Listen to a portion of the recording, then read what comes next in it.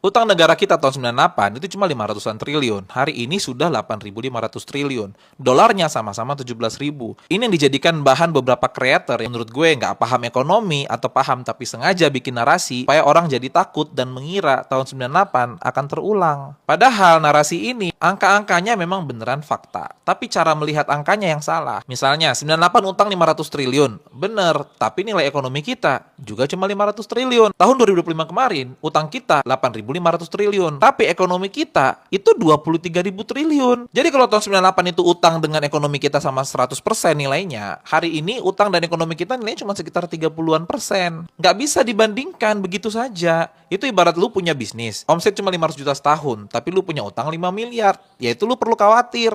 Tapi kalau lu punya utang 50 miliar sekalipun, tapi omset bisnis lu 500 miliar setahun, ya lu nggak perlu khawatir dengan utang 50 miliar itu kecil. Jadi waktu melihat utang, lu nggak bisa cuma melihat nominalnya, lu harus lihat kemampuan bayarnya kalau perusahaan, nilai ekonominya kalau negara. Begitu juga dengan dolar. Dolar di tahun 98 17.000, hari ini juga 17.000. Tapi tahun 98 itu naik dari 2.500 ke 17.000. Tahun ini dari 15.000 ke 17.000. Tahun 98 itu kenaikannya 600%. Tahun ini kenaikannya cuma 15%.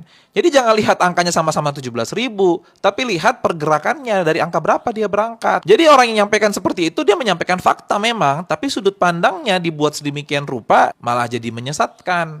Gua nggak bilang bahwa dolar naik itu tidak penting, bukan. Memang itu berbahaya, tapi bahayanya tidak separah tahun 98. Karena ekonomi kita sudah jauh lebih bagus daripada tahun 98. Tahun 98 itu, 80% utang kita dari yang 500 triliun itu datang dari utang luar negeri. Tahun ini, walaupun utang kita 8.500 triliun, tapi hanya 28% dari utang negara kita yang datang dari luar negeri. Jadi 72%-nya dalam bentuk rupiah. Minjemnya rupiah, bayarnya rupiah. Bodoh amat sama nilai dolar. Jadi, dolar naik, kita perlu khawatir. Tapi nggak perlu mengkhawatirkannya seperti seakan-akan krisis 98 akan terjadi lagi. Menurut gua, kalau di situ alat ukurnya, itu masih jauh. Jangan mudah percaya dengan content creator yang nggak punya background ekonomi, tiba-tiba membahas ekonomi.